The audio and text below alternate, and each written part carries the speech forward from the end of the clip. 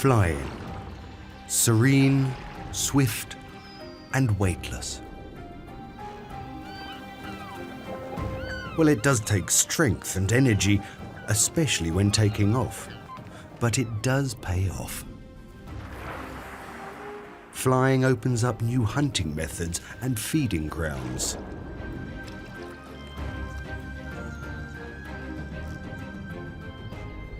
Flying also allows for safe nests at lofty heights. And most importantly, by escaping into the air, you can evade your enemies.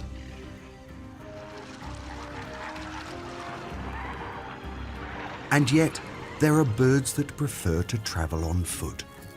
Some 40 species have given up flying, like the shaggy kiwis, the primeval South Island takahes, and the gigantic ostriches. But what are the advantages? Isn't it wonderful to fly? Why would you want to do without it?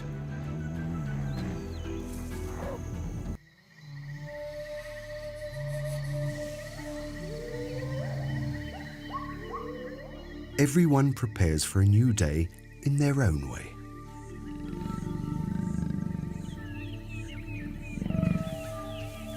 The cattle egret starts with some balancing exercises. The widder with air acrobatics. This is the savannah, home to the largest birds on Earth. The male ostrich is a little darker and larger than the female. Both weigh over 100 kilos.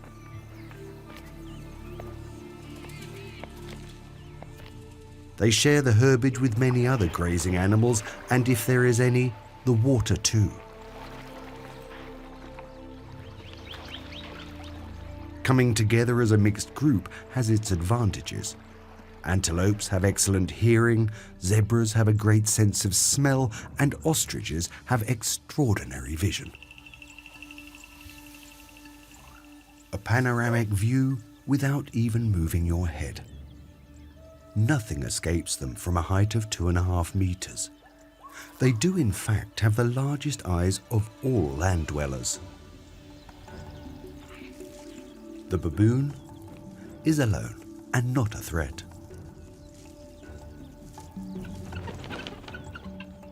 The guinea fowls are constantly preoccupied with themselves. But this predator demands caution.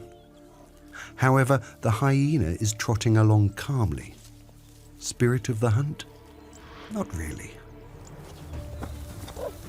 If need be, one has to be able to run. In this respect, nothing can beat ostriches. They are the best endurance sprinters on Earth, managing to run up to 20 minutes at over 60 kilometers an hour.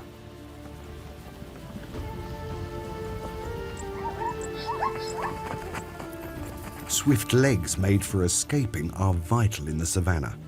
Even the young new to this world begin their life circle by hitting the ground running.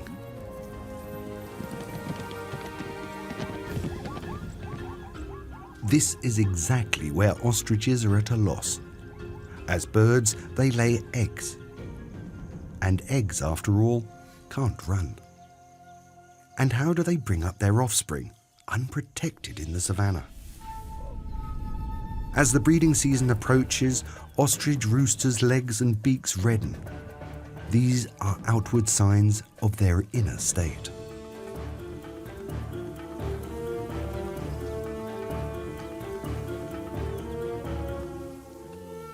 And now they become aggressive. It's necessary to mark out territory in which rivals have no business.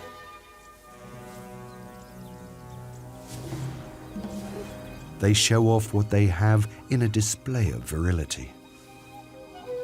And if that doesn't do the trick,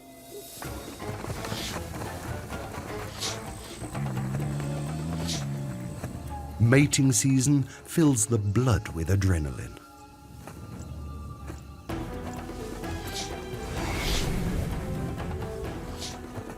Ostriches are not alone in feeling the rush of its effects.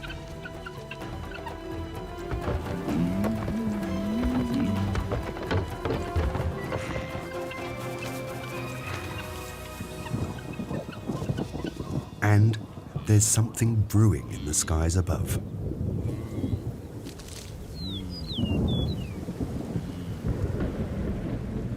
They all seem to know what's coming.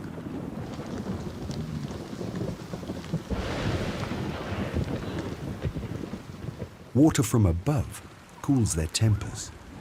Everyone gets wet in their own way.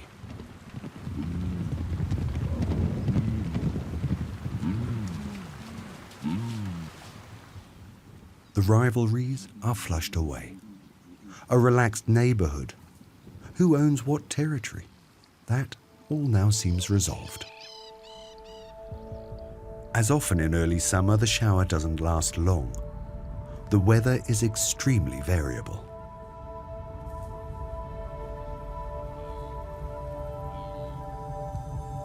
And with the light, lust returns. Now the ostrich rooster with his red legs courts the hen. Her with spread wings, an especially alluring gesture. And he knows what is expected of him. He throws himself at her feet and shows his talents.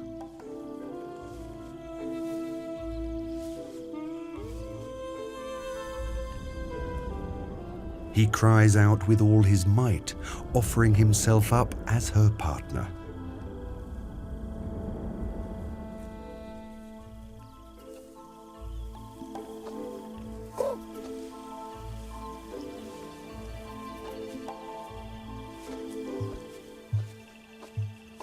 Success.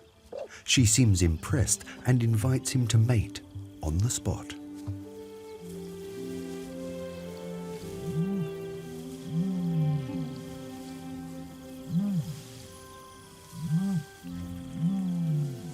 It's not always this energetic and long-lived, but these two seem to be made for each other. The only question is, for how long?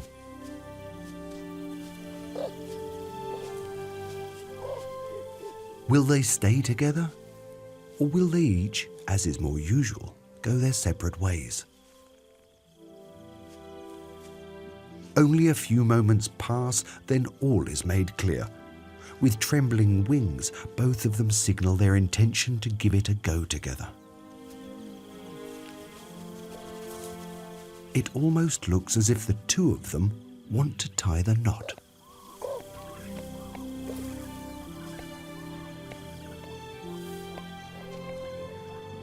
All this can, of course, be achieved with a little less effort. All it takes for the bee-eaters is a freshly caught insect. Small gifts can also seduce.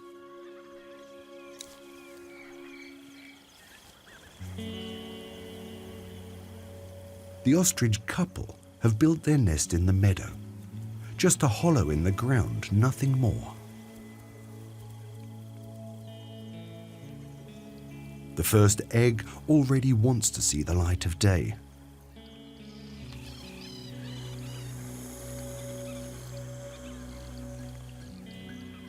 It takes less than a minute.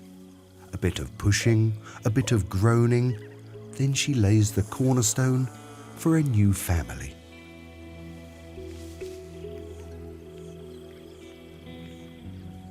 All has been set in motion, and everything seems to be on track.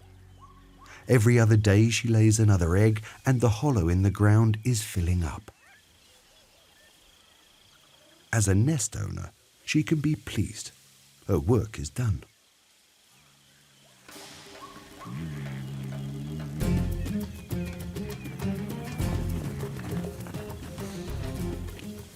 Her neighbors, on the other hand, are still courting and mating all around her. Without settling permanently or building their own nests, the females must find somewhere to lay their eggs.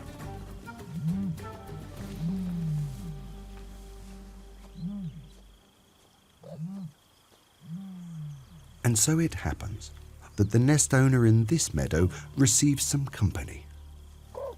Lady visitors from the vicinity. And since the visitor is also carrying eggs, trouble is in store. Now there are another two who also want to offload their eggs. The three of them now try to get the hen to stand up and don't quite play fair. As soon as the nest has been vacated, one of the hens lowers herself to lay her own egg with the others. The other two are jostling for their chance.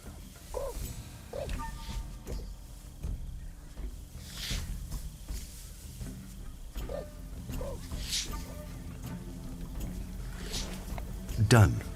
One more egg and all finished. Then the next one with one more egg.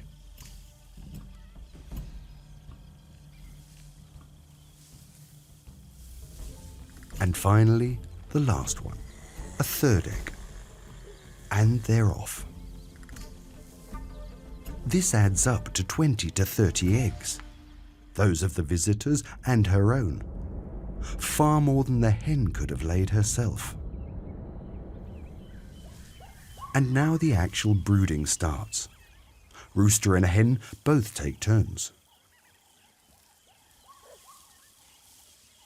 She has some time off now to stretch her legs and above all to eat. Grass seeds, insects, everything is added into her throat pouch unchewed.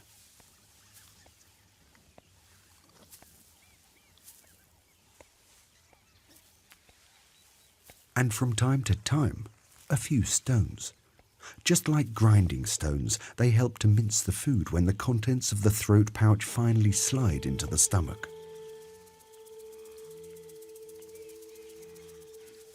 Lunch break is over.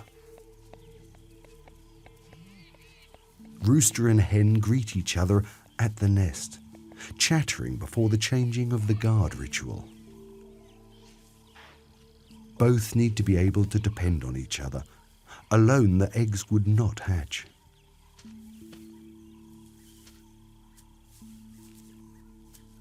The nest needs shade from the hot sun and warmth in the cold nights.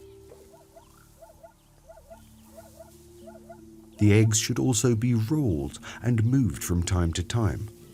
This is just a precaution to avoid what's inside sticking together, helping it better develop. In short, the eggs need round-the-clock protection and care.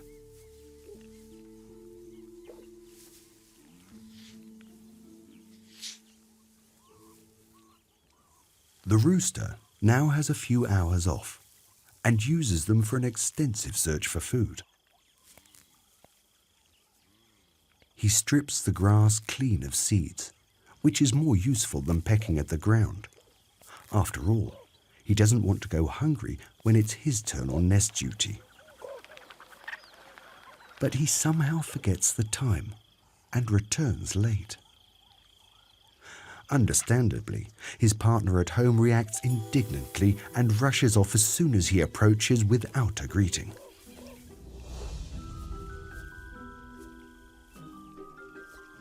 First off, he has to solve a puzzle and fit as many eggs as possible under his plumage.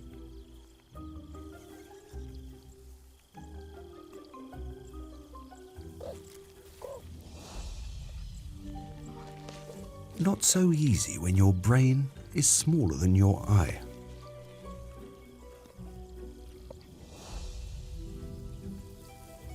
One last adjustment.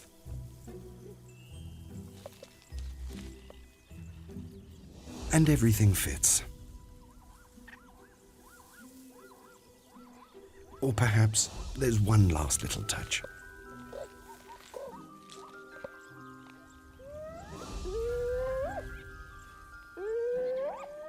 Eggs outside of the nest are in jeopardy. Their chance of developing is lower, and there is also interest from other parties.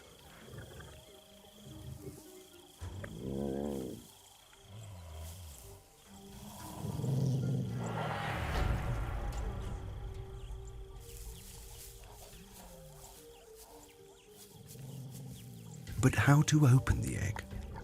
The hyena's jaws are too small.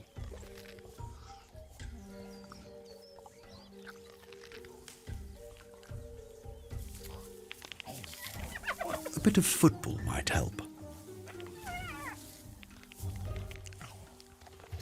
And a goal. One crack in the shell and it can be pried open with the teeth.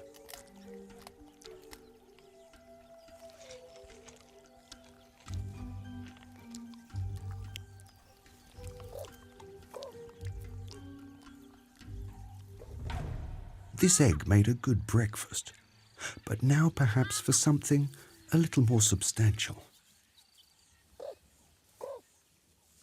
The Cory bustard may be sluggish. It weighs 20 kilos and prances like a little ostrich. But when it really matters, which it does now,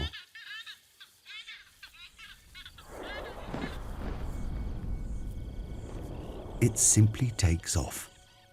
The Cory bustard, Africa's heaviest bird that's still able to fly.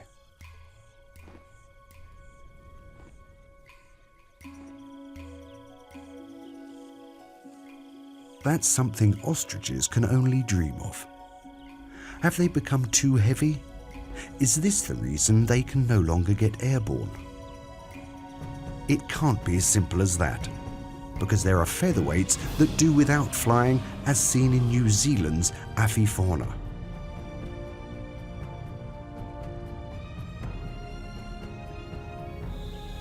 New Zealand is not only a magnificent place on Earth, but is also highly volatile. Hot springs, volcanoes and earthquakes are a testament to the tectonic forces beneath. 70 million years ago, these forces separated New Zealand from the Australian continent and drove it into the Pacific Ocean like a gigantic raft.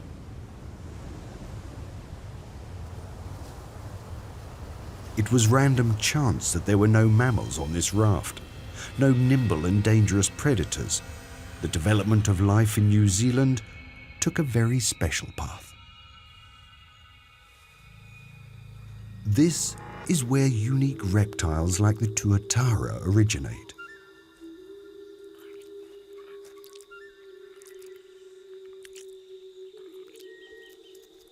This is also where giant insects crawl through the undergrowth.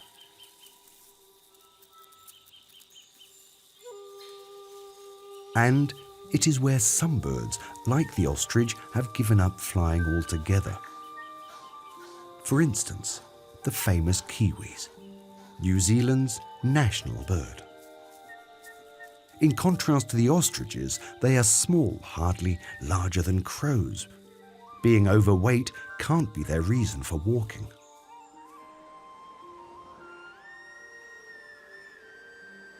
At night, and under a full moon and a low tide, kiwis like to trek to the beach, where there are plenty of larvae and eggs in the sand. And this shows why they gave up flying. Wings are useless when it comes to poking in the ground for larvae and worms. And when there are no dangerous predators around, there's no need for an aerial escape. For the kiwis, walking pays off. They save the energy that is required for flying. They've even discarded the wings themselves, wingless throughout the night.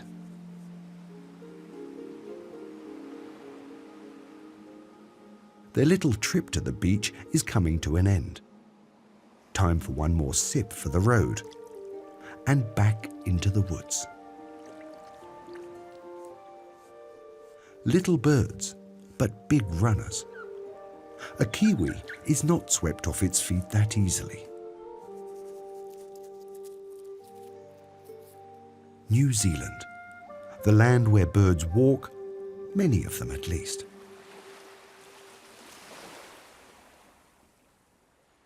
The waker rail could, in terms of size, easily fly off into the air, yet going on foot is more useful.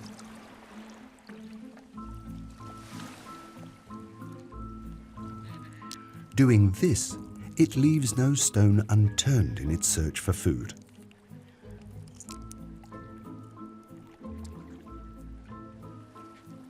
Eventually, it finds the meager remains of a mussel.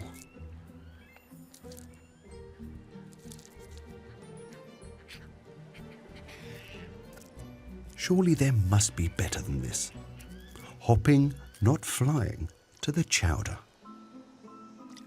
A bird through and through, except for its inability to fly.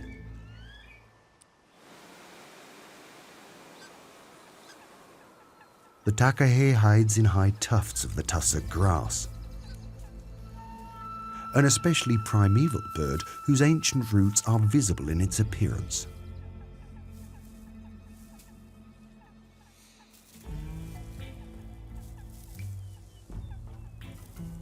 It too is a pedestrian. Just like the kiwi, it picks its food off the ground. It is a grazer and so well-mannered that it uses its feet to eat. And since again there are no predators, there's no need to fly.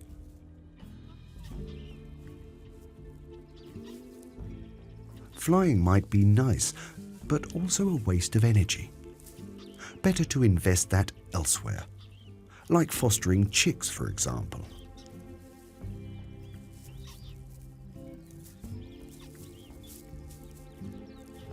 New Zealand's examples show that with a lack of predators, even running is an option for birds.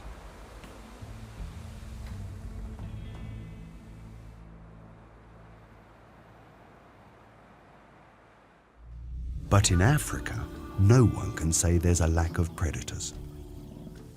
One might think this would be the worst environment imaginable for flightless birds.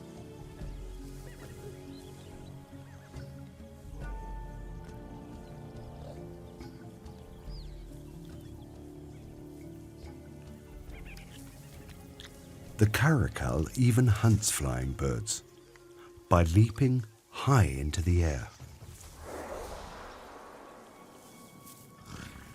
This nest is hanging a little low for safety.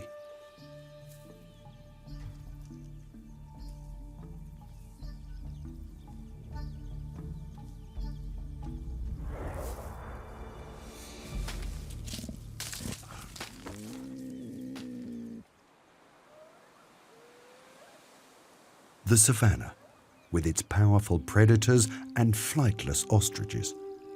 How does this add up? This ostrich and its mate have made it unscathed so far. Rooster and hen have taken turns. Over 20 eggs in the nest. This could be a successful breeding season. Could. The darkness is particularly filled with danger.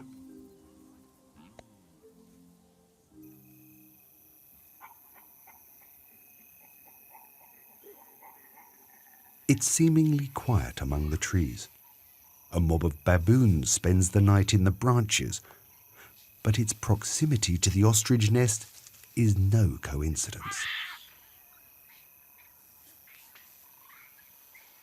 They wait until dawn before they begin their raid.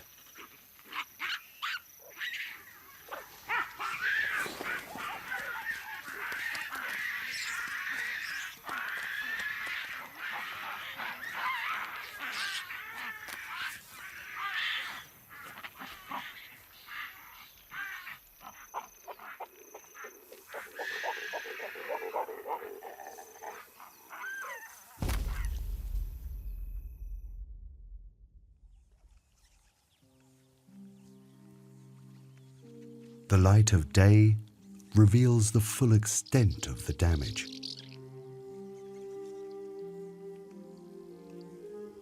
What was once fostered so carefully is now scattered and broken. The parents seem perplexed, but others are enjoying it. This egg frenzy goes on for hours. Scooping with one hand, well-mannered with delicate fingers. By all means, greedy. But others also want a piece of the action.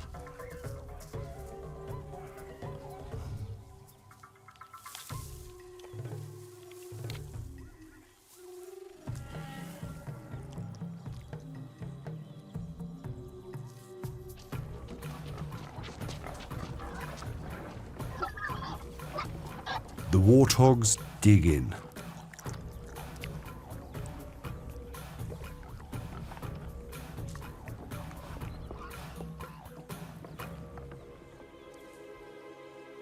But now it makes its entrance. The Egyptian vulture. It spotted an egg that's still safe and sound. It's much too hard for its beak. This could be a solution. If it hits the mark.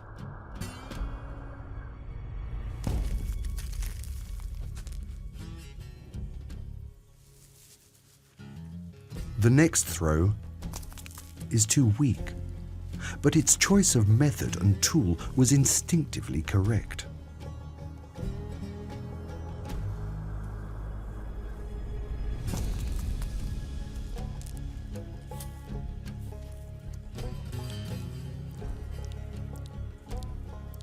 In this manner, the vulture eventually reaches the egg's yolk,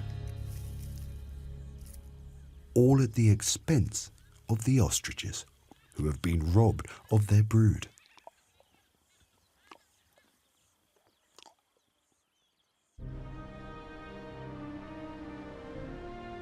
The kiwis and others must have it better, or so you might think in New Zealand's bird paradise without enemies or egg thieves. Which is how it was until 1,000 years ago, when seafarers discovered the country and they in turn brought others along on their ships. It wasn't long until the stowaway rats had conquered the whole archipelago, facing no rivalry and finding prey in abundance. The kiwis were hit hardest of all, as they, like the rats, are nocturnal.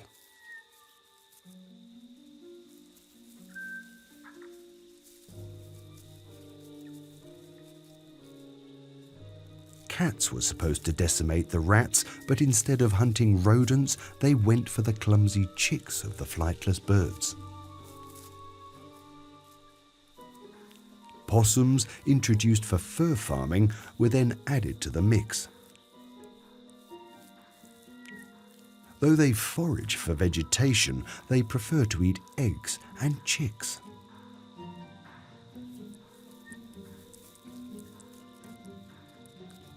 With this, bird paradise turned to hell for flightless birds.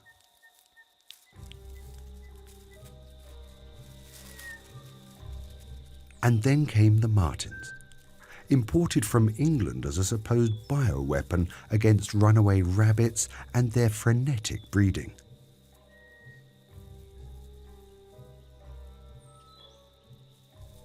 Sadly, the result was the same.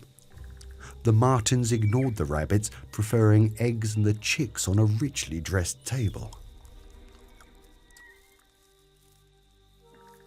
These imported predators caught the flightless birds completely unawares.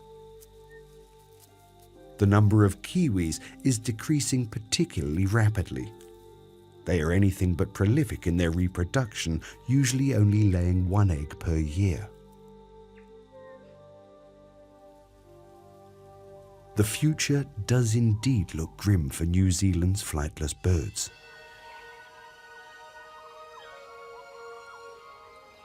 But what is different in Africa? Despite the raids and egg theft, ostriches are not widely considered as endangered. There are losses, of course. Both have completely lost their young to a troop of monkeys. This year they are left bereft, with no chicks. Yet unlike in New Zealand, these ostriches are consistently able to make up for their losses. Our couple have their own success story. The first chicks have hatched and more are to come.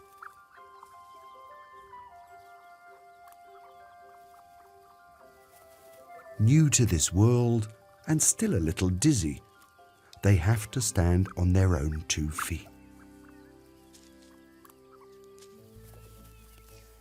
And peck on their own, or they don't get fed. Of course, they run the risk of some things not being quite to their taste.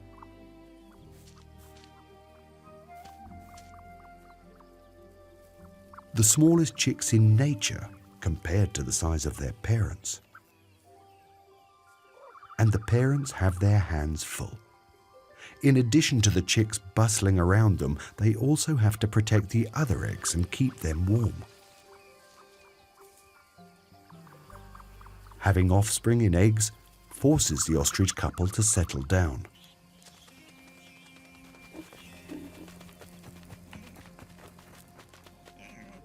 Mammals like the warthogs are more mobile. At first carried inside, after which it simply runs alongside. Self-service guaranteed.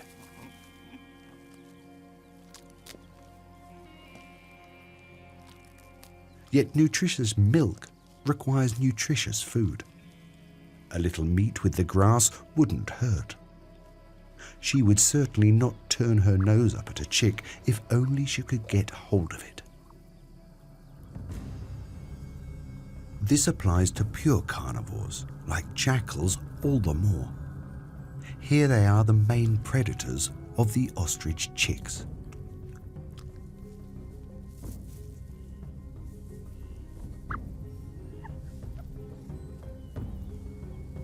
But need to respect the wary parents.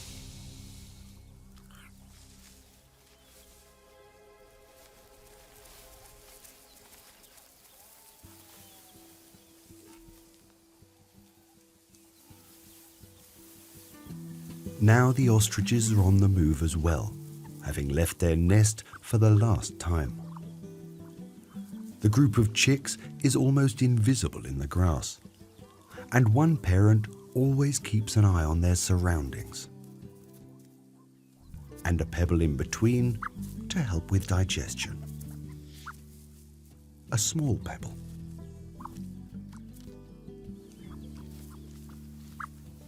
Every failed attempt is a lesson, but green grass turns out to be everyone's favorite. These hungry chicks won't stop foraging.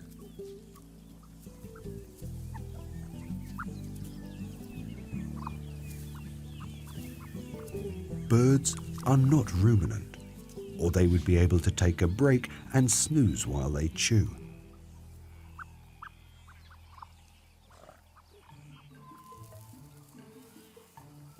Rubbish collection takes place from time to time.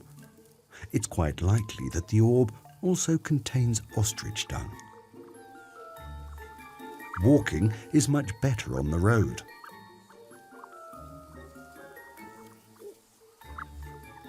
Even the dung beetles seem to know this. On smooth sand, they can really get the ball rolling.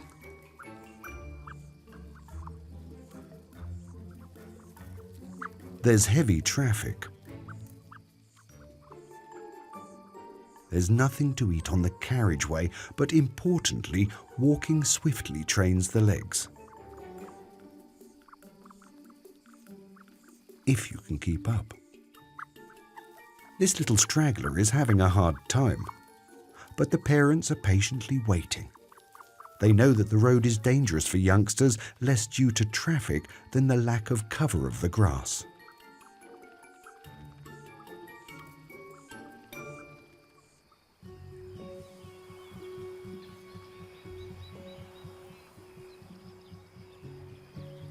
But you can also be spotted in the high grass.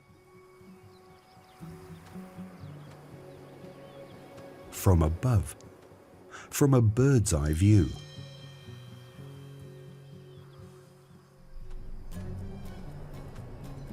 The parents summon the flock of chicks.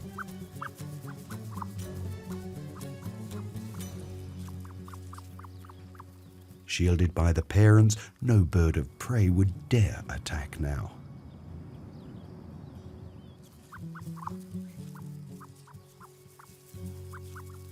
The chicks' top priority: stick together.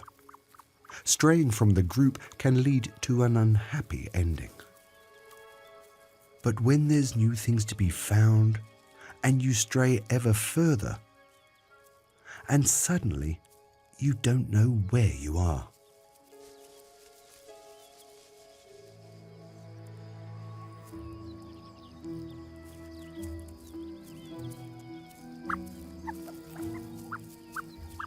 When the grass blocks your view and your parents can be neither seen nor heard.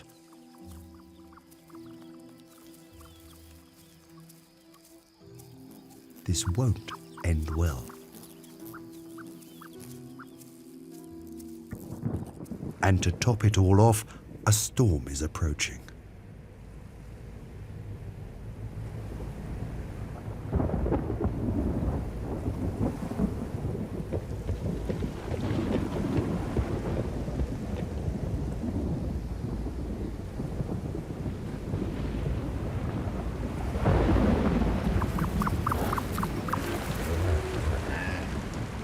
The other chicks are lucky that cozy shelter is nearby. The chicks' fuzzy plumage is all but waterproof.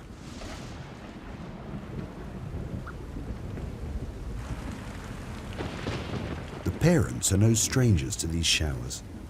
They patiently await the end of the thunderstorm.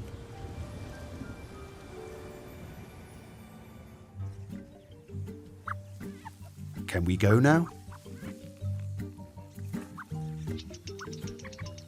It's too soon.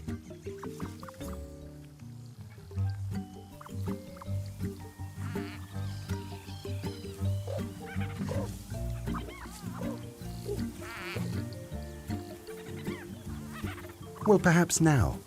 Now!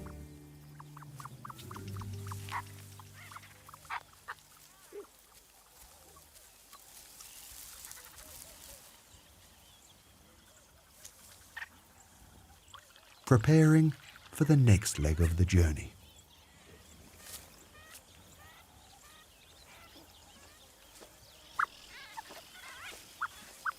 A family with many children.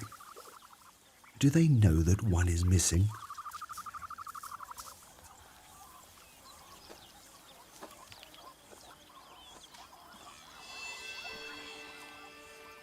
The sun has long since gained the upper hand. Around noon, temperatures rise to over 40 degrees.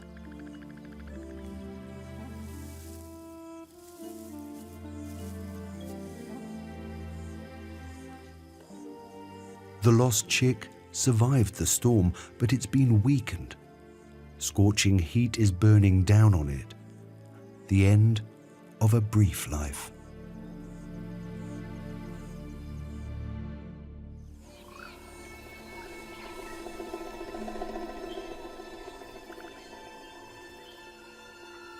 Midday heat is weighing heavily on the savannah. All who can are searching for a place to rest.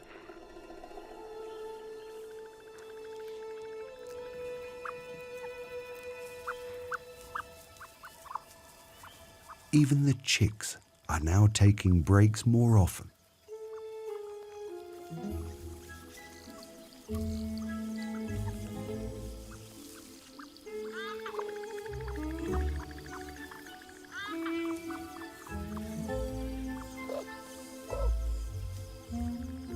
Even a flightless bird can't walk all the time.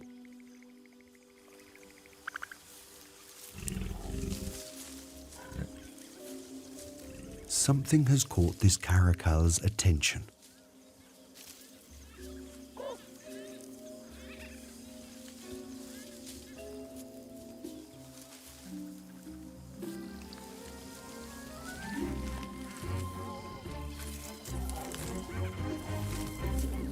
It tries to resuscitate the dead chick in its own particular way.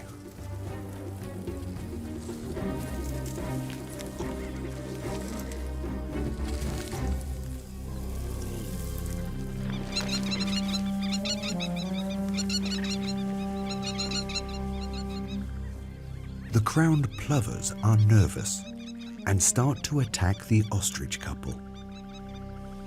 Strange, since the ostriches are not their enemies and the small plovers can do no harm to these giants. So why are they doing this?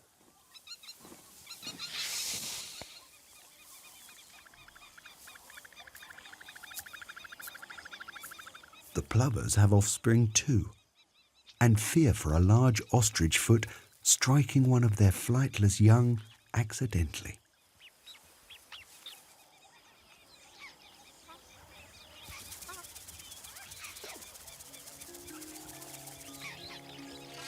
So far so good. They annoy the large birds until they change their course and move on.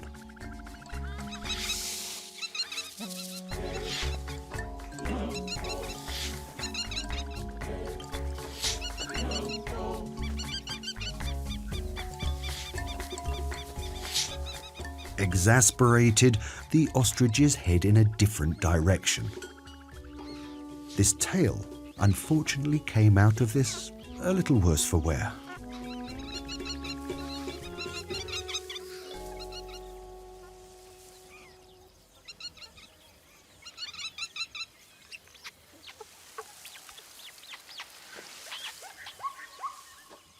Ostrich chicks are defenseless, and their size makes them ideal prey,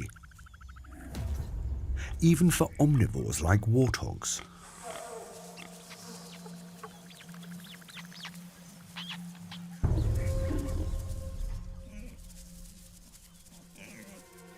There's no question that danger is looming.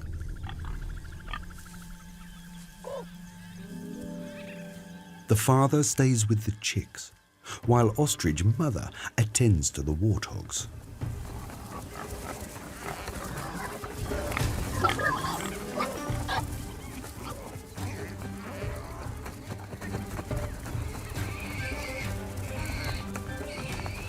One kick from her could easily kill them, but they're saved by their agile turns.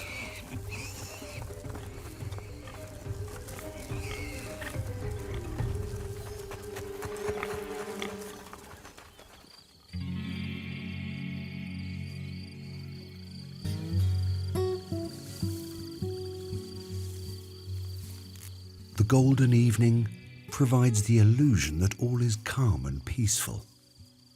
It is, however, the hour of the jackal.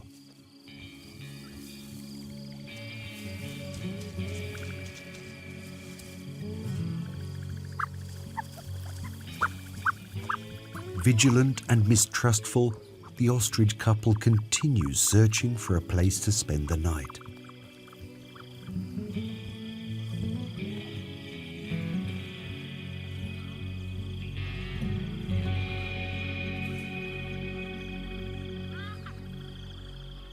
They dig out a hollow with their wings so their young can have safe shelter. Predators lurk, awaiting their chance.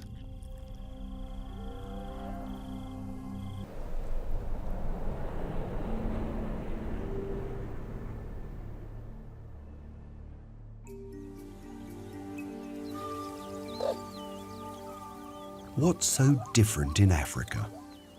What's the ostrich's secret? And why is their population status of so little concern in spite of feline predators, apes and hyenas? Despite their chicks being so vulnerable and despite being rooted to the ground for their entire lives. Mother and father would have liked a little more peace and quiet. But once again, it's the chicks that demand a start to the day.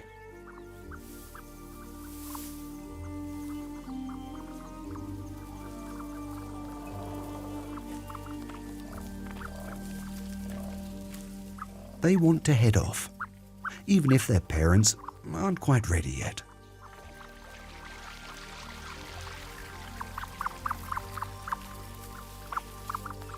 The little chicks have a hard time, and only 1 in 10 will survive to adulthood, a shockingly low number. And yet the ostriches survive in their own right.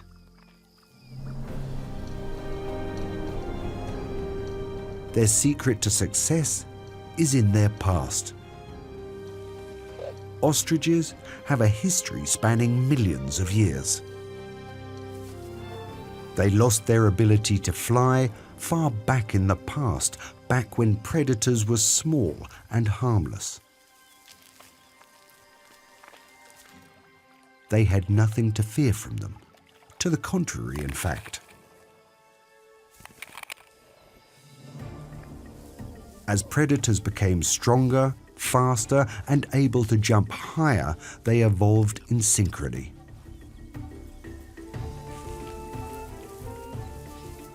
They also gained tremendously in weight and size, which an animal no longer needing to fly can afford. They even developed a faster foot, with only 2 toes, able to always stay ahead of their enemies. When sprinting, they use their tiptoes and manage 4-meter paces. Little wonder that grown-up ostriches have practically no enemies.